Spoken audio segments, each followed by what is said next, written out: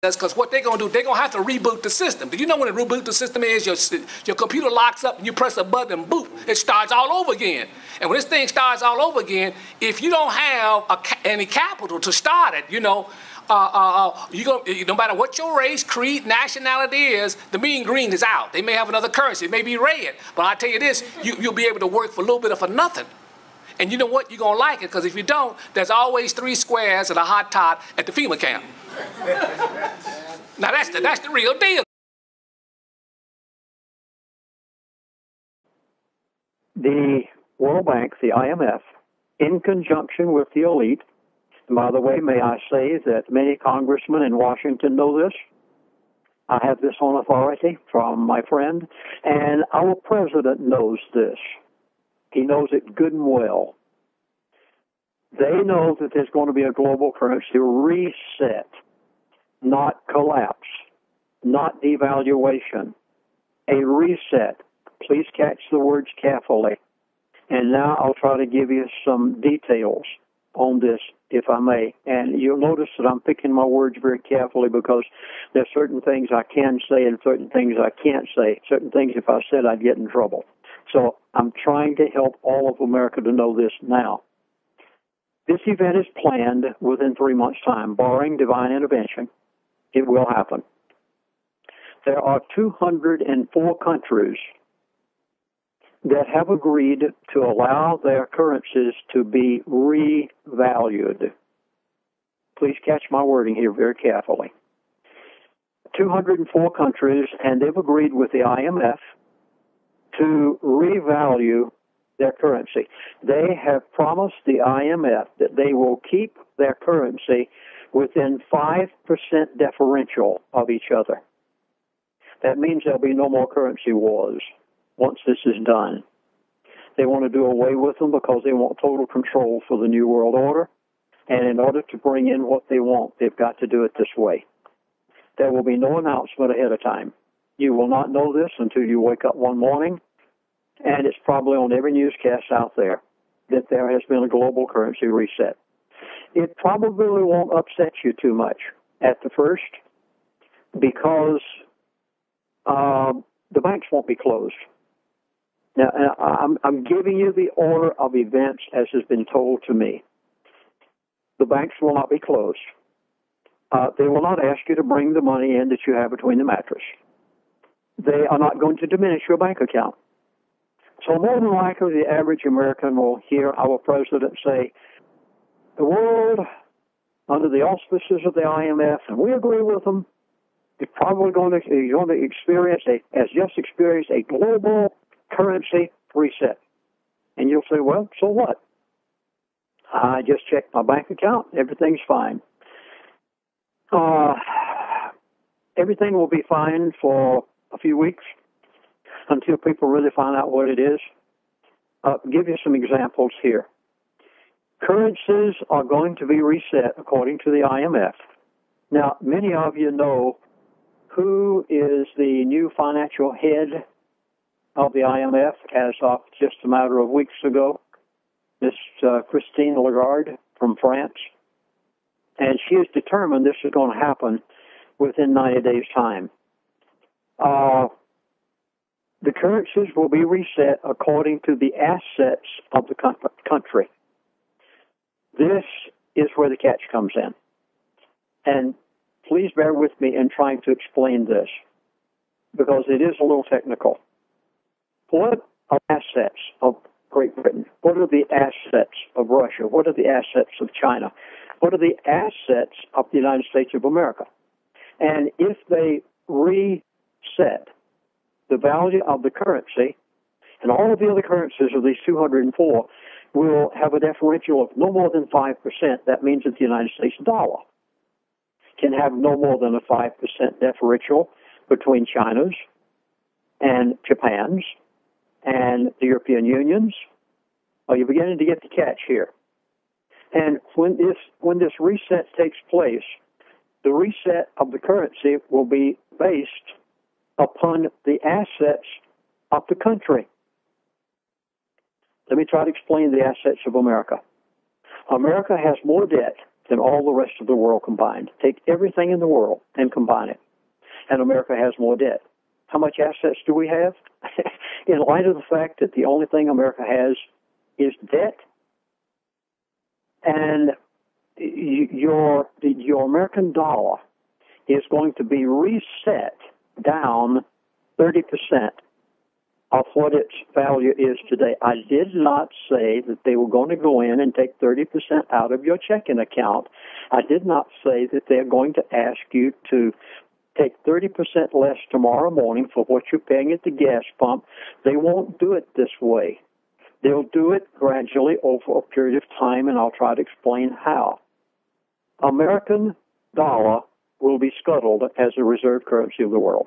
As of the date that you hear it announced that we're going to have a global currency reset, there will be never, ever again be the American dollar as the premier reserve currency of the world. It's gone as of then because they are resetting currencies with a 5% differential, so there will be no need anymore for an American reserve premier status currency. There will be a reserve currency. I do not know what it is. They have not told me. They have merely said that there's going to be one. It will not be the American dollar. And the new currency that they will use, and I do not know what it is, but whatever it is, the currency that they use, the IMF uses when they reset the currencies, it will be gold backed. Madame Lagarde, I was so pleased to have this interview with you, an insight, an idea with Christine Lagarde, the IMF Managing Director, because I have to admit you're one of my favorite people to interview. So that's my disclaimer to start off with. There's a lot of optimism. My favorite journalist, so that's fine. You're too kind. There's a lot of optimism in Davos. It's the first Davos in 5 years where there hasn't been a crisis, or there's no immediate crisis, where we're not firefighting. Is there a danger that we're too complacent about world growth and about the problems that go with it? Yeah, complacency is a risk. It's one of them. But what we're seeing at the moment, to go along with the optimism that you referred to, we are seeing recovery in consolidation at the moment. That's our analysis. But we're also seeing risks that should be of concern. We've got the old risks that are not all sorted out, and we have some new risks as well. And I'll be happy to expand on that. And essentially, what we believe is needed is a reset of the way in which the economy grows around the world. And I'll be happy to expand on that as well. Please, let's start with the reset. How would you do it? Well, I have to backtrack. And yeah, because if you don't have a clear picture of what the risks are, it's difficult to see how you can reset. The risks are, you have as the old one, the financial stability, which is still an issue and can be an issue, especially if there are bubbles developing here and there. We have massive unemployment, north of 200 million people who do not have a job at the moment, and a growth rate that is going at too slow a pace to actually respond to the market needs in terms of job creation. And we have still an unbalanced growth and uneven growth. Unbalanced, there's been some rebalancing, but we're not there yet. And the question is, will it last when the recovery does consolidate further? Now, in terms of new risks that we've seen, we have tapering, which is on the horizon, which is now beginning in the United States, and the spillover effects that it will have, particularly on the emerging market economies. And we have, and I'll be happy to explain also that, a low risk, but a risk there of potential deflation, particularly in Europe. Let's start with the bubbles that you mentioned, and then we'll go through deflation. Do you see bubbles? Do you see bubbles that are ready to burst? No, we don't see bubbles that are ready to burst at the moment. But I think what the crisis has taught us is that we need to be extremely vigilant and expect bubbles from places that we don't anticipate would be the bubble creation areas. So there are markets that are hot at the moment and no bubbles yet. But I think particularly the central bankers have to be extremely vigilant about certain developments. You talk about deflation. This is a concern. Are you only concerned about it in Europe? Is Europe the new Japan, or is it something that can actually spread? We see inflation rates in general, a bit lower than where they are targeted by central bankers. Okay, and I don't think that anybody can challenge and argue with that. As a result of that, if it was to last, particularly in the euro area, there is a potential risk that long-term core inflation is also lowered. And that has consequences in terms of potential interest rates. It has a consequence in terms of the cost of debt and the burden of debt on sovereigns in particular, but on corporates as well, which have a heavy debt load. And in case there was a shock, which is something that we have to consider and imagine, not that it is in the cards yet, then we have the risk of deflation. And so when you say we need to reset the world economy, how do you do that? Okay. I think the reset is on multiple fronts. Number one, the financial sector regulatory environment has to be finalized and has to be constantly re-examined, revamped, and organized in such a way that it responds to the creativity of the financial markets. That's reset number one. Reset number two that we're seeing at play at the moment is a reset of the monetary policies by most central banks of the advanced economies. They've been going into unconventional territories. They've done a great job at keeping the crisis at the level where it was. But now gradually they're going to have to move to another monetary policy. I don't know whether it will be the old monetary policy, but it will certainly be different from what we have seen in terms of unconventional and use of quantitative easing tools and other instruments that they've used. I think there is also a need for reset in terms of the type of growth that is expected. And by that, clearly, policymakers are going to have to decide between the necessary level of fiscal consolidation, which particularly in the advanced economies is still needed at a reasonable pace, and the growth-friendly measures that will be needed in order to generate a job-rich growth. So that's a reset. I don't pretend to have all the clues for that, but I think that policymakers need to think about it, academics need to think about it, we all can contribute to that debate. And final reset is the structural reforms that we have been calling for, not just in the advanced economies, but also in the emerging market economies. Because what the monetary policy has procured in a way is space and time for the policymakers, for all the players, to actually reform the economy so that it unleashes the potential, because we are currently below potential on a global basis. But that hasn't so that's the set of measures that could reset going forward. Have policymakers, heads of states, actually taken the reform agenda to hand? Because it still seems that a lot of investors, and certainly the markets, think the central banks will be there for a very long time. They say, yeah, they will tighten, but this could come in a year. So for the moment, they're enjoying the happy times. Well, I'm not sure it's happy, but it's certainly better than what it was. And the Fed, for instance, has begun tapering. It has not begun tightening, but it has begun tapering, and it's indicating under what terms it will do so. So it's in process, and it will take time. Some countries, some policymakers have actually reformed or begun to reform their economies. And I can think of, say, in the Eurozone, a country like Spain, for instance, that has certainly brought about some significant reforms of the labor market, of various other issues. A country like Mexico, that has profoundly reformed some of its territories that were highly protected and made like turfs for those that had the benefit of the rent. Countries like, and I'm trying to pick different places. A country like India, for instance, needs to reform its infrastructure in particular in order to allow the economic energy and investment to settle in. But you are concerned that when tapering really begins, it's the emerging markets that may still feel the repercussions, or at least the emerging markets that haven't reformed enough. Okay, two things. When tapering was hinted to back in May, we saw an immediate movement of capital outflows from the emerging markets back to potentially the United States, given that there was expectation that the long-term interest rates would go up.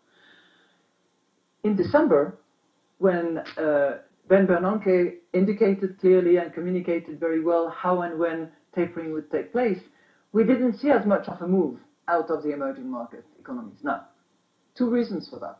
Maybe most of what was going to outflow had outflown, possible. But second, it could well be that emerging market economies have taken advantage of that period between May and December to take some measures. You know, some degree of fiscal consolidation, the announcement of some structural reforms, monetary tightening, use of reserves as well. So they did not use all the tools at the same time, nor in the same sequence, but you can tell that most of them have done something. Markets have been smart. They've differentiated between those economies which they think are strong and solid and will sustain the storm, if there was such a storm, and those economies that are still a bit weak, have not reformed as they should have. What's your take on Japan? Are they exporting deflation?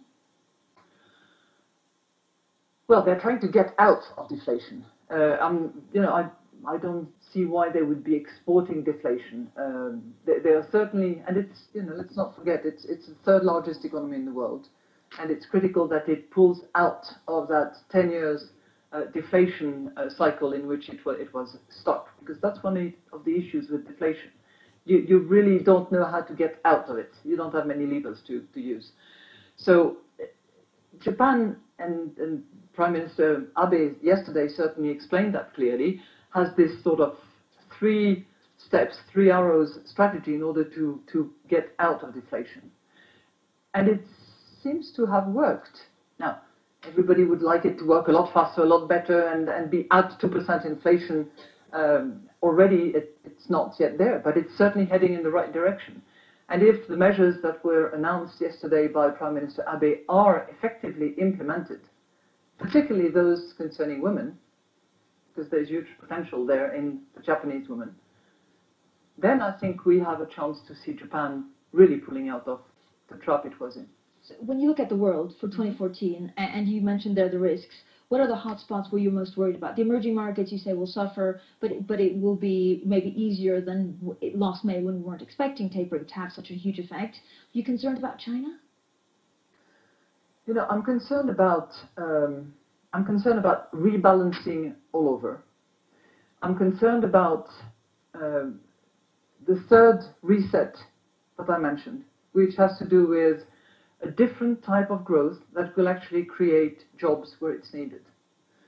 So that's a big concern, and one that really has to be on the horizon of policymakers, of corporate leaders, and how they try to converge their respective agenda to have the right policies, the right environment, business-friendly, without corruption, with an open market, so that they could, the corporate sector can actually invest and develop its business.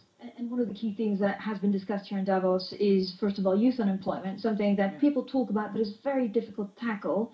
Is it through technology? Is it through startups? Reforms take a long time. How would you deal with it? Well, first of all, we have to distinguish between those young people who are still in the education system, who are still going to school, acquiring qualifications, skills, and all the rest of it, and really focus on those that are out of the schooling and university and vocational training system. And it's that category of young people who have to be specially targeted with job-friendly policies. And you have to use all the tools. It's combining enough of a partnership between the educational system, the policymakers, and the corporate sector, so that training, including vocational training, can be targeted where it's going to leverage jobs and opportunity for young people. What about inequality? But, I think it is about young people, because nobody wants to have a lost generation, and every effort should be made to avoid that. But there is a lot of unemployment in general, including with women, including with senior workers or employees who have been off the job market for a long time and who need a reset of their skills. And I was so going to ask you it's a multi-form issue. About inequality, actually, because that's kind of the next step too. There's youth unemployment, there's unemployment, as you say, in general, but there's also inequality where, the gap between the haves and the have-not is widening. Mm-hmm. And I wanted to ask you if companies should do more. The gap is widening tremendously, particularly over the last 10 years. And it has widened in all corners. You look at the US economy, you look at the Brazilian economy, you look at some of the developing countries, although to a lesser degree, but that inequality has expanded. And we believe, and we're doing research on that front, that the more unequal a society is, and the more variance there is between the haves and the have-nots, the less sustainable growth will be. So you have this sort of self-fulfilling situation where, the more inequality, the less sustainable, the less growth, the less jobs, and the bad cycle is on. So it's a question of breaking that cycle. Yeah, the corporate sector needs to do something, and there are companies. I'm thinking of Japan, for instance, which clearly, with the friendly impulse of policymakers, is looking at increasing the wages of employees. I was going to ask you, is there any country that has managed to, because you're right, it is a vicious circle, and how do you get out of it, is my main question. Has anyone done it successfully? First of all, it has to be talked about. Second, it has to be solidly researched and demonstrated, because there is no natural tendency to share and be philanthropic about earnings, and stakeholders are not necessarily looked at with the same degree of equanimity. So that's step one. Step two, there has to be demonstrated success, that less inequality is actually conducive to better societies and to more sustainable growth. I think the Nordic countries, which have, most of them, a redistribution system by way of progressive taxation, for instance, have demonstrated that their growth is rather more sustainable than the growth of other advanced economies. In your risks lists, we haven't mentioned geopolitical risks. Yeah. Are those on your mind? Oh, very much so, yeah. We typically have groups of countries. We have the advanced economies, we have the emerging market economies, and we have the low-income countries. There is one group that we formed last year, which is called ACT, Arab Countries in Transition. And that's an area of the world where we see obvious geopolitical risks, where we see obvious economic leverage to be had from sound macroeconomic policies, from international support as well as political support in the domestic markets. So that's an area of the world where we need to focus our efforts and we need to cooperate. And we're trying to do that as much as we can. And how telling was it that the Iranian president, Mr. Rouhani, was here in Davos? I met him last September at the General Assembly in New York, and he certainly came across as a sensible policymaker, one that is well versed in economic matters, who seems to be very much aware of the challenges, who has ambition for a reset of Iran vis-à-vis the rest of the world, and we should accompany it. Actually, one of my teams will be on the ground in 2 days to do what we had not done in Iran for a long time, which is what we call the Article 4, which is an in-depth review of the economy of Iran. And I'm very pleased that we can reset the relationship on a sound footing with appropriate review of the economy and a thorough discussion with all the monetary and budgetary authorities. And he was saying today that he hopes that, well, he was saying that actually Iran has the potential to become one of the 10 richest, most important countries in the world. It's good to have ambition, it's good to have objectives, but then it's a question of making sure that you take the right measures, that you implement, that you have that level of cooperation, and I could not insist more on cooperation. Countries, whether it's Iran or whether it's any other country at the moment, however big it is, need to cooperate with each other. The economies are too vastly interconnected through financial channels, through trade channels, through remittance channels, to ignore each other and to assume that they can get on with growth on their own. That's not going to happen. One of the things you also said was we need to reset the financial regulation. Yeah. We still don't have a banking union. Why is it taking so long? Everything seems to be taking so much longer than we thought it was? That's because you're talking about Europe.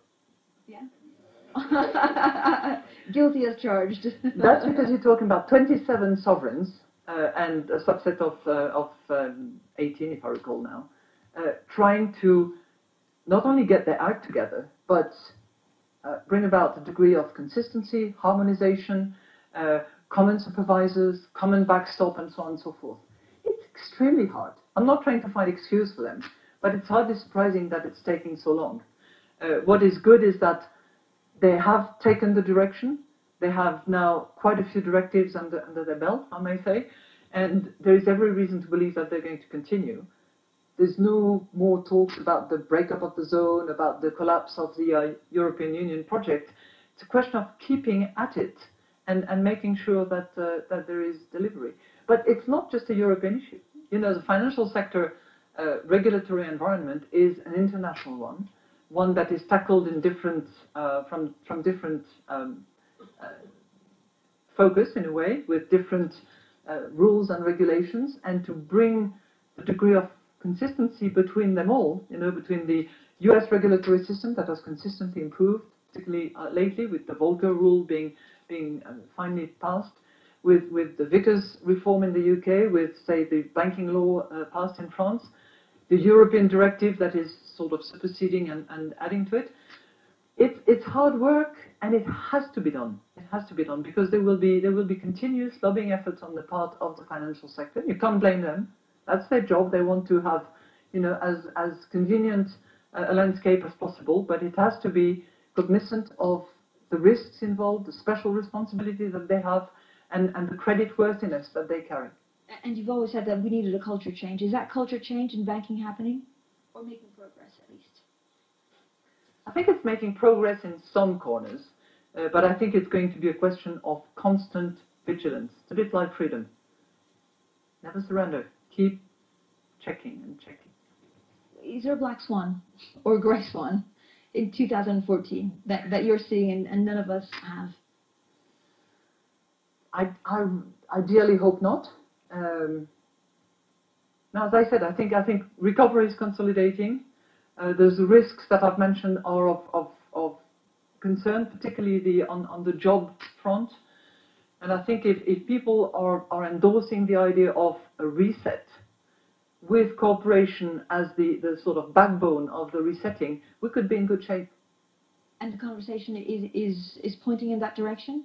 Because we often talk about, you have great ideas, you say we need to reset. Yeah. Do you think people will follow you? Have you met with heads of state? Have you met with policymakers that are saying, yes, this needs to be done, and this is what we will do in 2014? Well, if you look at the financial sector, there have been changes. If you look at the safeguards put in place in the European Union, for instance, the European Stability Mechanism, if you look at the ability of many countries to actually bring more bilateral loans to the IMF just in case, all those are positive developments. When I look at my quota reform, I wish there was a bit more sense of, you know, let's get on with it, do it, and move on. Yeah. Talk to me about the place of women in business today. I remember, so there was this great article that I read when you were a minister in France. You'd go to see CEOs and they would say, well, I'd love to employ more women, but I just can't find them. Yeah. And you would prepare a list that you had in your pocket, and you'd say, well, here, I found you some people that you can call. Yeah. Is that how we need to approach it? I think we need to use that as well, because when I talk to my colleagues, male and female, they have exactly the same reaction still today. You know, oh, I wish I could. They're such a great asset, you know, but it's not happening everywhere. It's getting better. I think notwithstanding my initial reluctance and that of quite many of my female colleagues, it's good to have targets or quotas or, you know, policies that actually set some goals, and we're seeing this happening gradually over time. Gradually, as I said. Whoa. So we need to just keep at it and show that women can do the job and can actually improve the situation. Are you frustrated that it's that it's slow? It's slower than maybe you thought. Of course I'm frustrated. Of course I am. When you look at the wage differential, for instance, for equal job, you don't have equal pay. You still have a range of anywhere between 17 and 25%. So that needs to be fixed, not reset, fixed. And for that, it's something you've always talked about, Yeah. these issues. Are there any other issues that you want to highlight in 2014? Well, just back on the woman thing, I think it's not just a woman thing, and I would be really delighted to see key policymakers, prime ministers of various countries, Japan, for instance, but a few others, not just say, "Oh, we want to include women in the workforce because it will make economic sense." I would like them to articulate what measures they're going to take to help women. You know, what daycare centers, what budgeting there will be for that, what cultural changes they're going to instigate in order to deliver. But to do that, does there need to be pressure coming from somewhere, or just a realization that it just makes more I sense? think all of us in the room, we can put pressure. Yeah, we should. Talk to me about some of the other, I guess, key themes or key passions that you want to highlight in 2014. Jobs, jobs, and how we go about it, and how we join forces to create those jobs. Girls' education. I'm sorry that I'm back into women, but it's all over, particularly in some of the low-income countries and emerging markets, where young girls and young women are denied the right to education and are excluded from that part of the world. I think it's the best that we can do for development.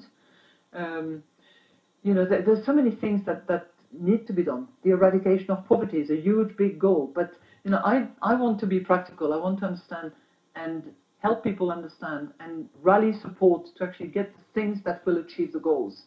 And I think the education of girls and young women is certainly one key towards development.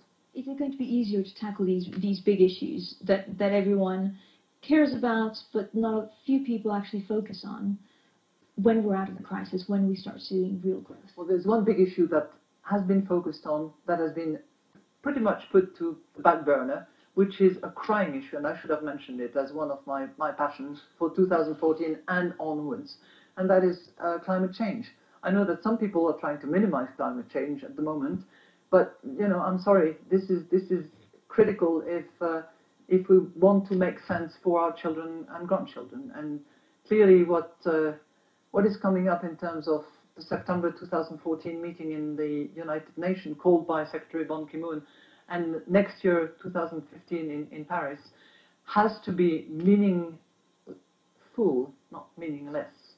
But why has it taken a backseat? Because of the crisis, or because people don't see? Well, because you know, when the house is in fire, because of the economic crisis, and because you know the economy is drifting under your feet, you focus on the economy, and you lose a little bit of what is generally seen as more of a medium-term risks.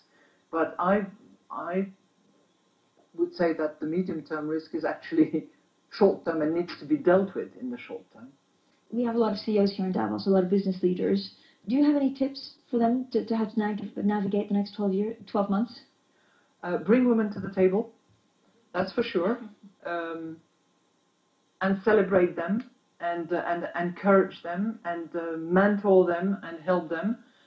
You will do good to your companies, and wherever you can incentivize innovation and create jobs, just go for it. But is there a concern that because of the crisis, we're now too short-termist? We think about 6 months, 12 months, where actually we should be thinking about growth in 5 years, 10 years. Well, I'm sure they have, you know, strategy groups that are thinking along those lines. Large companies do that. They either do strategy planning or they have task force. They should obviously look at that as they're planning for the short term and trying to respond to their shareholders' requests as to, you know, how they balance the books and how much earnings there will be at the end of the year. But combining the short and the more medium term is the challenge of all CEOs. And do you think the crisis has changed? C'est prévoir. That's very true. In English? Failing to plan is planning to fail. Is there something in our DNA that has changed because of the crisis? I would certainly hope so. For the better? For the better, and you know, in terms of being, advocating some of the ancient Greek principles of balance, of measure, of fighting against excesses, eliminating abuses where they are. I think if we haven't learned that a little bit on the occasion of the crisis, do you think we have? A pity. Have we learned something? Future will tell. We better have learned something. I think we have. But the conversations that you have with policymakers, heads of state, CEOs have moved on. Yes, they have. The thinking's different.